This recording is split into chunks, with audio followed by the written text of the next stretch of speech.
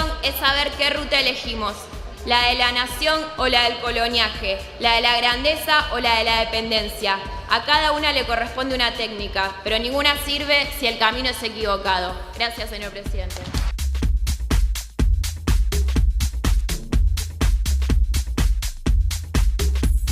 Bueno, es por una parte un desafío grande y una responsabilidad muy grande también la de asumir esta nueva función que me toca como diputada nacional y sobre todo en un momento del país en el que los cambios son tan contundentes porque bueno, pasamos de un determinado modelo político a uno de signo opuesto y también en ese sentido cambia nuestro rol como militantes y como legisladores que siempre habíamos estado en un lugar de ser oficialismo y defender el proyecto que estaba en la gestión del Estado y ahora nos toca formar parte de la oposición. Y más allá de eso, bueno, también ingresando en esta nueva función en un panorama de discusiones muy importantes como la que fue la semana pasada la discusión en torno al endeudamiento de nuestro país y algunas cuestiones más. Entonces, bueno, son muchas cosas a las que hay que acostumbrarse, pero siempre tratando de ejercer este desafío con mucha responsabilidad y también con mucha responsabilidad histórica en términos de lo que significa ocupar estos espacios en este momento en el cual desde nuestra perspectiva se está avanzando en modificar muchas cosas buenas que se habían hecho en los últimos años y que bueno, que creo que tenemos que atravesar un periodo todavía de ver cómo nos acostumbramos a esos cambios y de qué manera podemos ejercer acciones propositivas, tanto desde lo legislativo como desde la militancia, para oponernos o ponerle un freno a esta avanzada. Bueno, con respecto a la discusión en torno al endeudamiento y al pago de los fondos buitres, desde el Frente para la Victoria, la mayoría de los diputados votamos en contra de este proyecto de ley que había presentado el Poder Ejecutivo, porque pensábamos que por un lado se había llegado a un acuerdo que no era conveniente para los intereses de nuestro país, porque era un acuerdo muy caro, es decir, que se le iba a pagar a estos fondos buitres un monto de dinero que implicaba una ganancia con respecto a lo que ellos invirtieron para comprar estos bonos del 1.500%. Para que quede bien gráfico, por ejemplo, poníamos el ejemplo, valga la redundancia, de que cuando Néstor y Cristina en los canjes de deuda de 2005 y 2010 arreglaron el 93% de la deuda externa, se utilizó un total de 30.000 millones para pagarle a este 93% de acreedores que habían comprado bonos por un valor de 90.000 millones. Es decir, que ahí hubo una quita del 60 y pico por ciento que fue beneficiosa para los intereses de nuestro país. Ahora, para pagarle a los fondos buitres se van a emitir 12.000 millones ¿sí? de dólares para pagar una inversión que ellos realizaron de 6.000 millones de dólares. Hasta se le va a pagar los gastos que ellos tuvieron en abogados.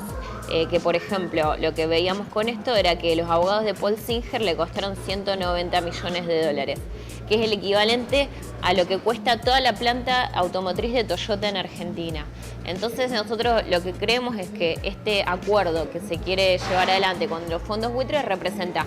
una erogación de dinero importantísima para nuestro país y en beneficio de estos fondos. Nosotros entendemos que hay que arreglar el problema de la deuda, que hay que pagar menos y no solo pagar menos, sino que pagar en condiciones de seguridad jurídica. Bueno, nosotros ahí en la intervención el otro día en la sesión también planteábamos esta necesidad de conocer en profundidad cuál es el programa económico de Macri. La realidad es que él no lo plasmó en palabras, en su discurso o en ideas, pero sí a través de las políticas que se tomaron en estos primeros 100 días, uno puede de alguna manera ir definiendo cuál es el proyecto económico de Macri y que desde nuestra perspectiva entendemos que todas las políticas que se han tomado hasta ahora han sido en beneficio de un sector de la sociedad, de los sectores de poder económico concentrado y no en beneficio de los trabajadores, de los ciudadanos y del conjunto de la sociedad.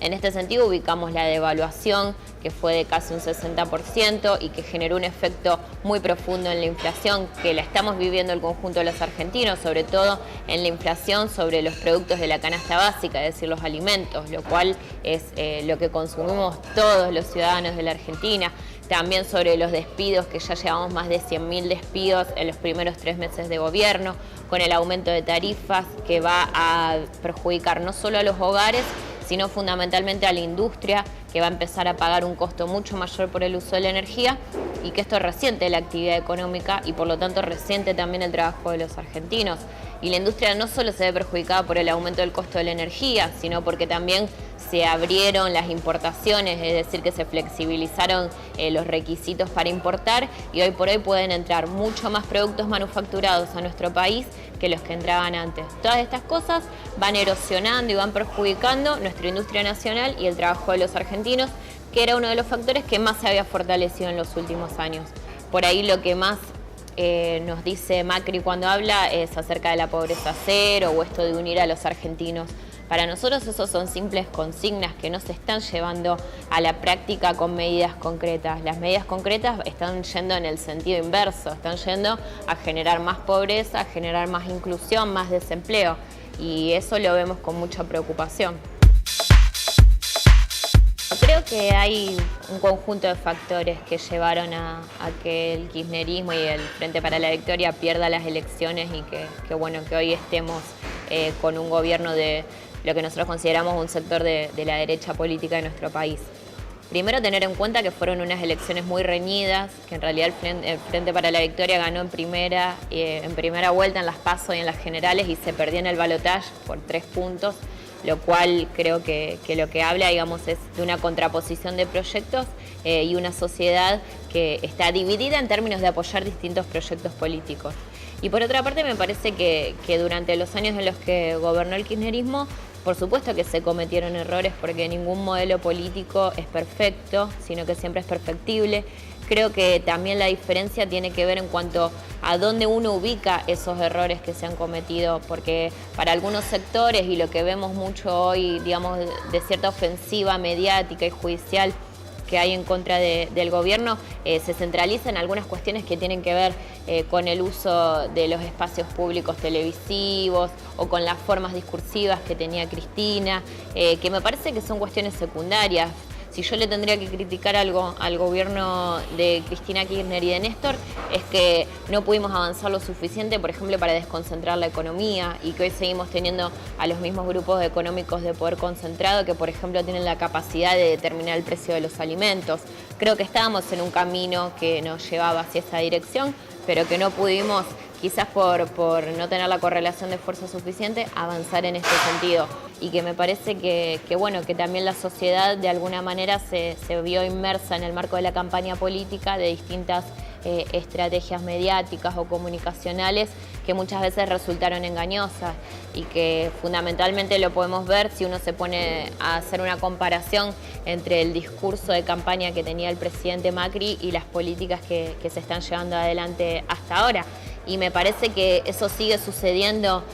ahora en el ejercicio de la función política, cuando lo vemos al presidente, que en general siempre nos habla de lograr la pobreza cero, de generar trabajo, de incluir a los argentinos. Y como te decía antes, no hay ninguna política que esté dirigida en ese sentido. Me parece que como Frente para la Victoria tenemos que transitar este proceso de catarsis que estamos haciendo con respecto a lo que fue el resultado y a la derrota, y ponernos, digamos, a trabajar de cara al futuro con un proyecto de unidad que realmente pueda representar los intereses profundos de nuestro pueblo, que tienen que ver con conseguir más trabajo, con conseguir una mejor dignidad de vida, con que podamos incluir a las mayorías populares de nuestro pueblo, que creo que es lo que intentamos hacer en los años de gobierno del kirchnerismo, y que se logró en una cierta medida, y por supuesto que faltó, y que creo que esa también es una de las causas de la derrota.